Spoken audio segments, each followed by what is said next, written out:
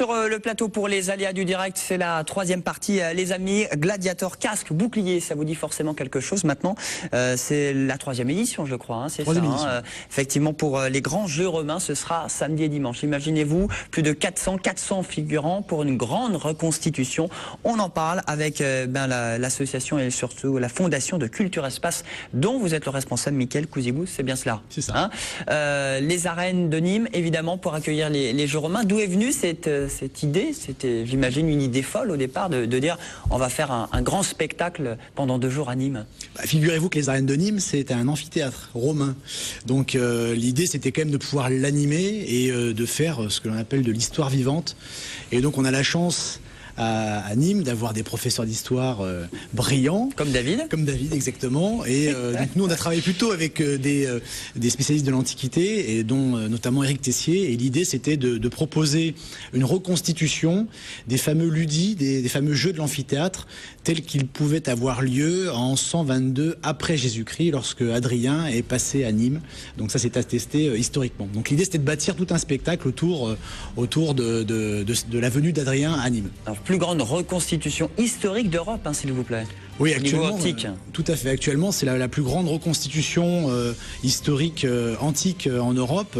On arrive à réunir 450 reconstituteurs. Donc, ce ne sont pas des acteurs, ce ne sont pas des figurants, ce sont des gens qui travaillent en Europe, souvent dans des musées ou dans des sites archéologiques, et qui font de la médiation culturelle et de l'histoire vivante. Et donc, pour cela, ils reconstituent les casques, les armes, les boucliers, les costumes, les techniques de combat. Et ça nous permet de mieux comprendre l'histoire, ça nous permet de la vivre et d'attirer aussi du public dans le patrimoine.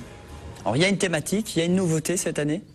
Alors cette année, effectivement, on a une thématique autour de la guerre de Troie. Alors il n'y a pas d'anachronisme. L'idée, c'était de présenter une reconstitution des jeux troyens tels que pouvaient les faire les Romains à l'époque antique.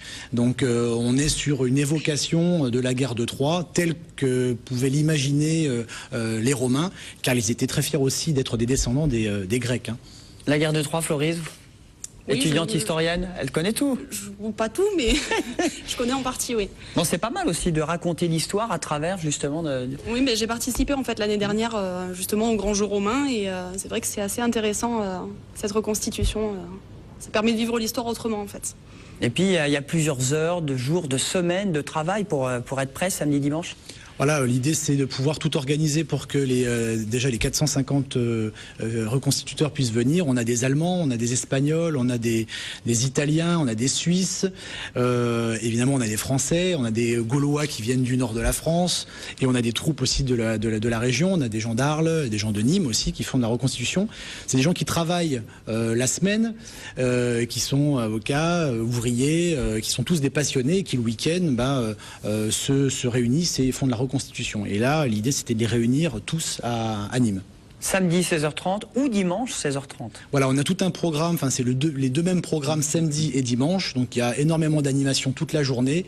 Il y a 3 temps forts. À 11h30, il y a une reconstitution de la cérémonie du culte de l'empereur à la Maison Carrée, tout en latin. Donc l'idée, c'est de montrer aux gens aussi comment se faisait la religion publique à l'époque romaine. Il y a même un défilé. Hein, il y a un défilé juste après, donc avec l'ensemble des troupes et le fameux cheval de Troie que l'on va faire défiler sur le boulevard Victor Hugo à Nîmes. Et puis enfin à 16h30, il y a le spectacle de la reconstitution dans les arènes. C'est 24 € pour les adultes, et on a des tarifs enfants, adolescents et enfants, et c'est gratuit pour les moins de 4 ans. Il reste encore de la place? J'espère qu'il en reste encore un petit peu, mais avec la météo... Avec un peu de soleil, s'il vous plaît. Avec un peu de soleil, mais pas trop. Mais pas